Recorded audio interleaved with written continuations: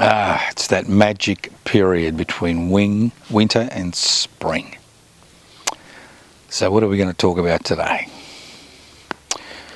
Well, this is going to be a particularly boring YouTube presentation, but a necessary one. We've just had a productivity conference which was hosted by the Treasurer, Mr. Chalmers, where representatives of various groups in society came to a round table meeting, had a 3-day conference on how to increase productivity in the community.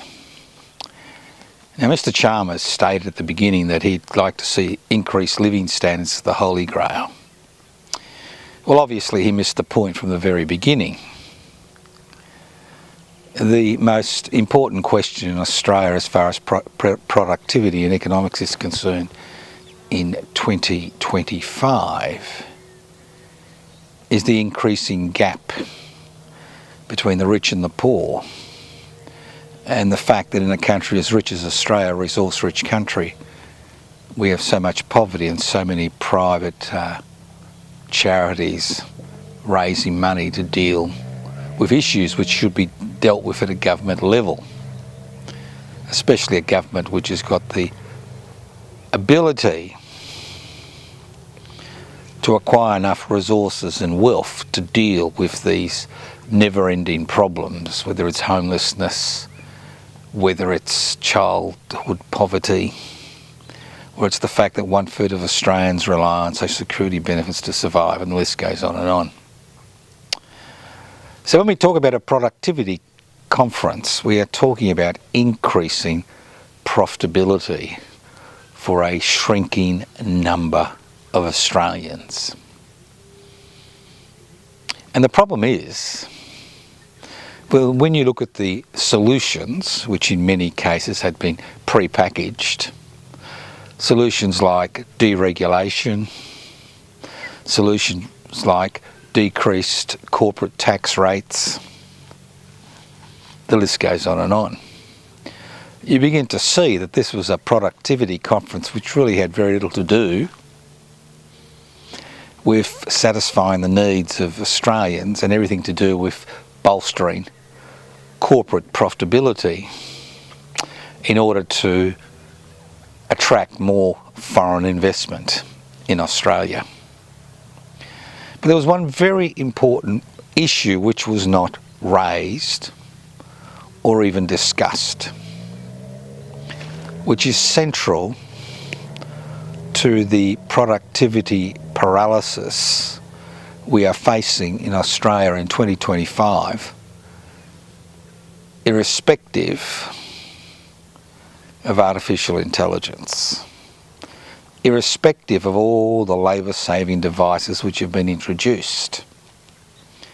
The fact that we are going backwards as a nation as far as productivity is concerned is due to one very important factor, which is never raised, and if it's raised, never discussed. What we've seen during the last 4 to 5 decades is the corporatisation of business, the corporatisation of the private sector. And what people seem to forget is that it's corporatisation which decreases innovation, which kills efforts to increase productivity. Because when various fields of the economy are dominated by a handful of corporations, it's a little bit like living in a pine forest and looking at the ground beneath a pine forest. And the ground beneath a pine forest is normally pretty lackluster, doesn't have many living things in it. And it's the same with corporatisation.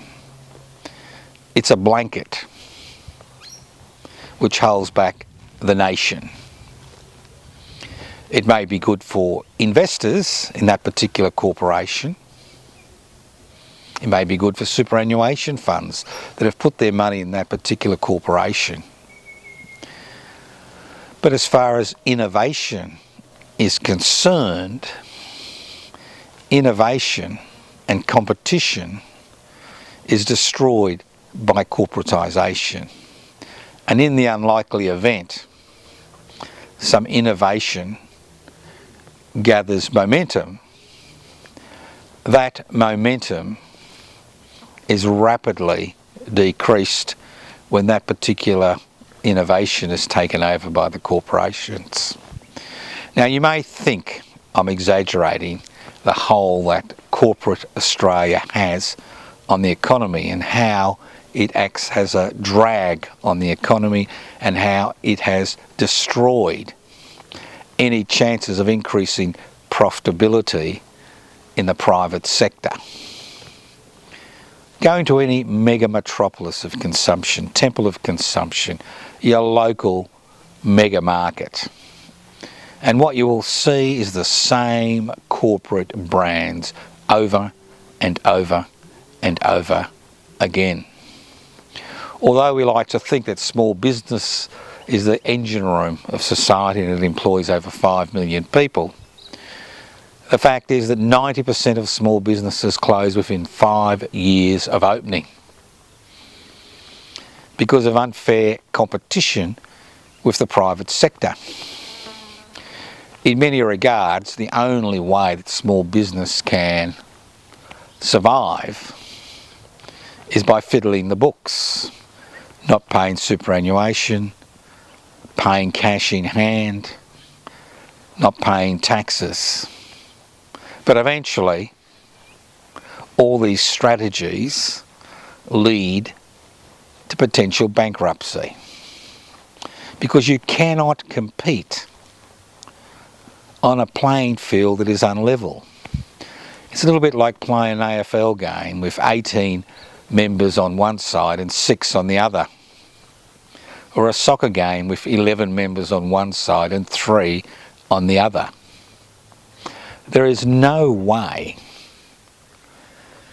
that innovation can exist, especially in an environment where the tools which are available to the Australian Competition and Consumer Commission to ensure there is competition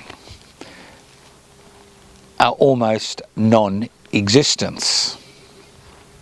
Although government has made a great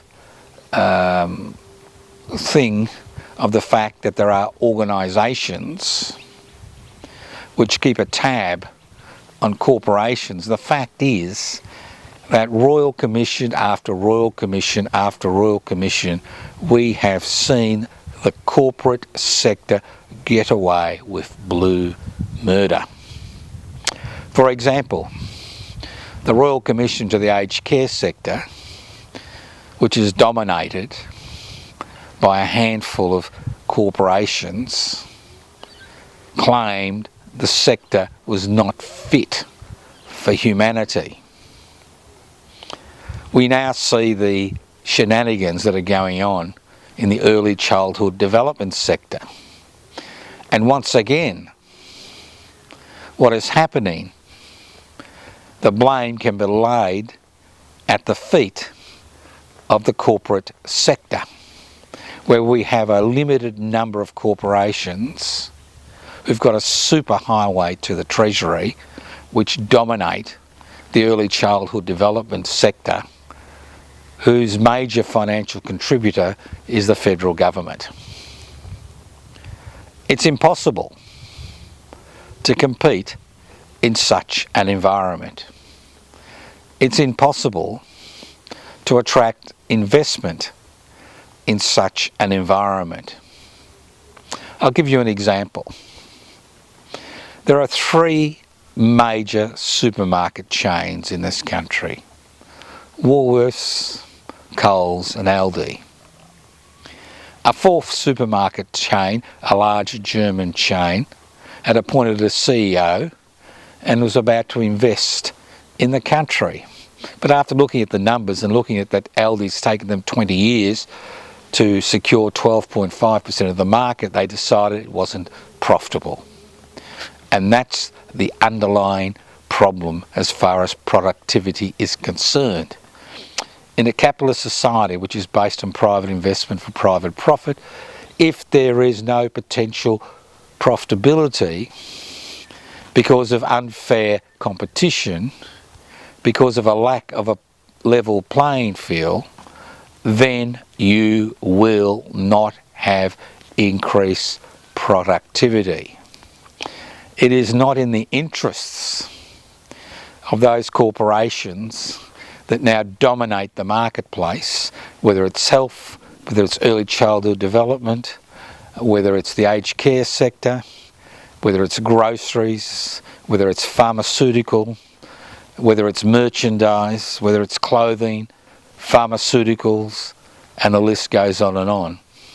The fact is that ultimately corporations destroy competition. If there is no competition in a capitalist society, there is no innovation. And if there is no profitability, there is no point being involved in activities that are innovative, which can increase productivity. So although the people at the round table, representatives at the round table, handpicked by the government, nodded at the right time, I would call it a noddy conference. People nodded when the right noises were made, like deregulation, privatisation. They kept nodding and nodding and nodding. The fact is that productivity in a capitalist society is linked to the ability of new players entering a particular field and competing in that field and becoming profitable in that field. It takes decades for a corporation to actually enter a new marketplace which is dominated by corporations.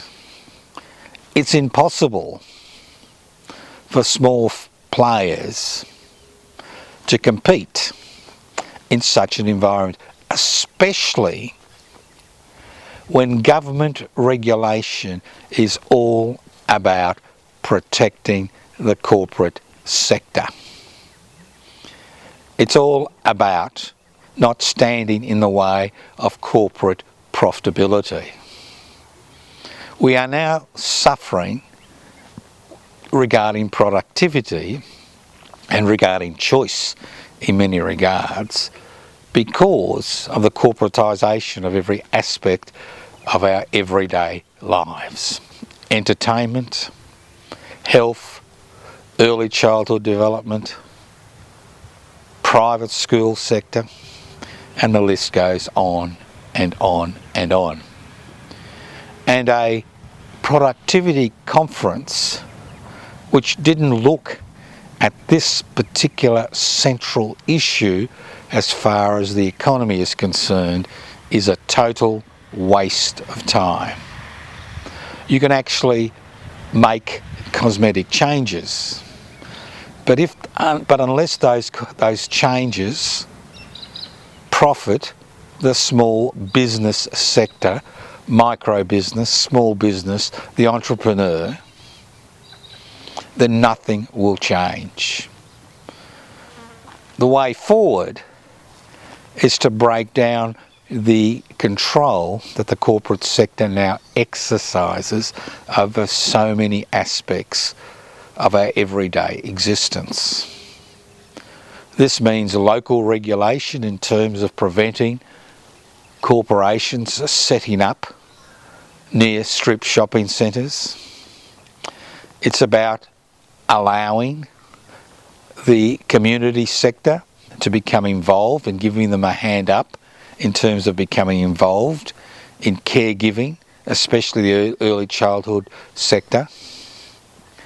It's about ensuring that the Competition and Consumer Commission has real teeth and the power to break corporations the power to force them to demutualise.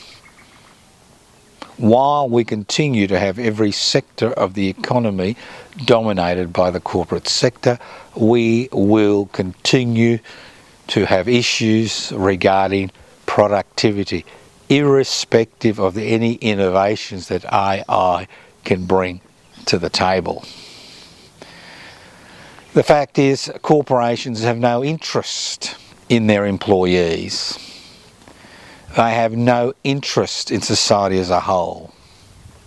Their major focus is to create ever-increasing profits for their shareholders. And they make those profits by exploiting their consumers and the people that work for them. No wonder they're rubbing their hands in glee at the possibility of artificial intelligence replacing people in the workplace. We are moving rapidly to creating a society which is dominated by corporate interests. This type of community has nothing to offer to people as a whole. And while we see billions of dollars of taxpayers' money used to fund the corporate sector, whether it's the mining sector, the early childhood development sector, the aged care sector, the healthcare sector, we will continue to face the problem of decreased or static productivity. Although people say 5 million people are employed by the small business sector, the factor is the small business sector is shrinking, and it's shrinking rapidly. It is becoming almost impossible, if not impossible, to compete against corporate interests who obtain their money through the federal government by having a superhighway to the federal treasury. What happens, as we've seen in the NDIS, is that initially we see many players come into the field. Then we see the corporatisation of the field, and when the field is corporatised, what we see is an decreasing ability to create new entities to enter the marketplace and provide competition. Now, Mr. Chalmers, the Federal Treasurer, I'm sure is well aware of the problems as far as productivity is concerned. So instead of giving a leg up to the corporate sector through deregulation, through making it easier for them to receive federal grants, it's about time we looked at creating a new tier to the Australian economy. We've seen the destruction of the public sector. We've seen the growth of a corporate sector. We haven't seen any growth as far as the collective and cooperative sector is concerned. It is fundamental to the question of productivity that we provide seeding funding, possibly through a 1% levy on superannuation contributions for cooperatives and collectives. Cooperatives and collectives can provide real competition to the corporate sector, as long as there is legislation in place which not only provides seeding funding, but which gives this new sector of the economy the ability to interact with government and provide services at the local, state and federal government level. So think about it. Next time Mr. Chalmers talks about productivity, ask the Federal Treasurer, what are you doing about the corporatisation of every aspect of Australian society? Because if he's not willing to tackle that problem, productivity will continue to be a major issue in Australian society.